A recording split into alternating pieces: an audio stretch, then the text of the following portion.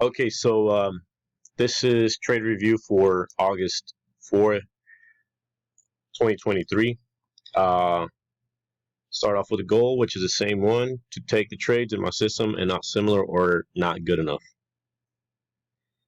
And here we have the correlation: Swiss franc +4, Euro +4, Yen +4, USD +6, odd -5 or -6, sorry, CAD -5, pound -4, NZD -5. And we had NFP this session for the New York session, and just want to make an emphasis on the USD, which sat at +6. But the moment that NFP came out bad for the US, and as you will see, that you can see this across the board, that the US was getting sold off.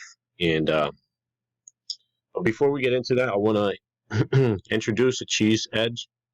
And this is usually when there's a change in demand, and you can see this across the correlation groups.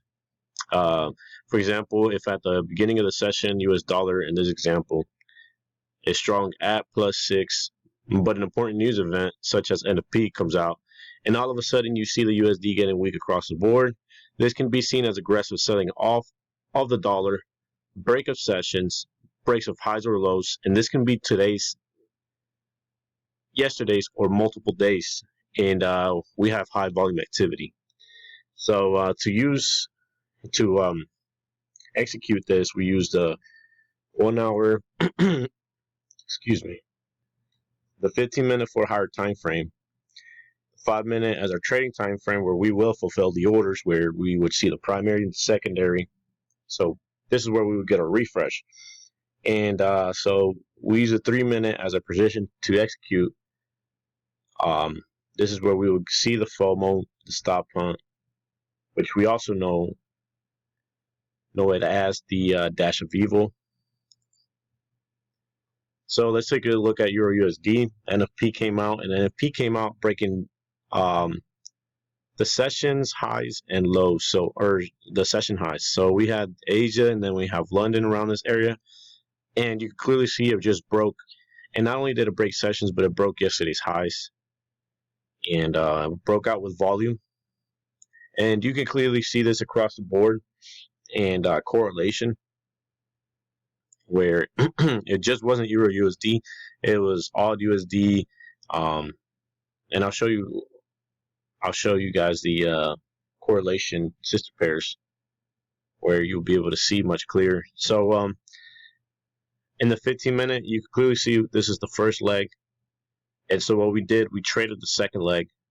The reason we were trading the second leg is because we were expecting a second leg, because the first leg had momentum and it was pretty sharp up, and that's what we were looking for, a second leg to trade. And yeah, news was caused by NFP. This right here, what you see here, is what we call a narrow range day.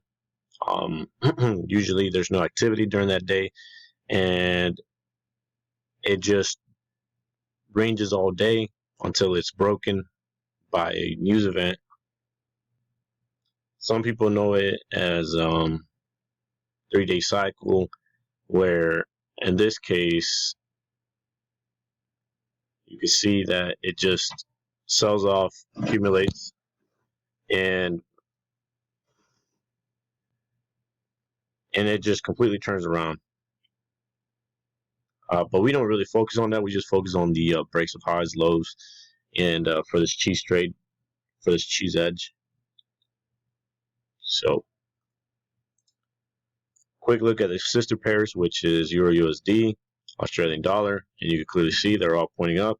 And these two, since US dollar is on the left side, we're trying to get rid of the dollar by buying the yen, which makes this chart go down. This chart goes down for the USD Swiss franc. 5-minute refresh, 3-minute precision. taking the store discount and buyer approach. So what we could see here, we could see buyers comes in, and there's an increase in demand, and it gets around these prices where buyers no longer want to buy since prices are too high, and so the store gives a discount, another discount, another discount, and buyers become aggressive. And see here, we can see the details on the 3-minute position, which is discount, buyer reacts a little bit, discount, discount, buyer gets aggressive.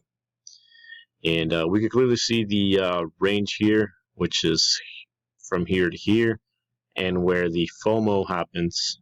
This is the FOMO, and the stop hunt, to stop hunt all these orders. Everybody's setting their stop, or their stop loss here around these prices. And just because the stop hunt comes in doesn't mean we automatically buy up. We have to wait for them to attempt once more, and once they can't, that's our entry price, and it just takes it up. And that completes this trade review. Hopefully everything made sense. Probably will be doing individual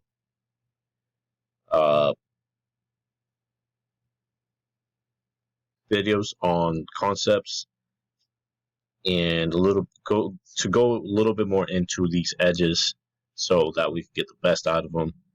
And probably we'll do individual videos on price action so that we could get going.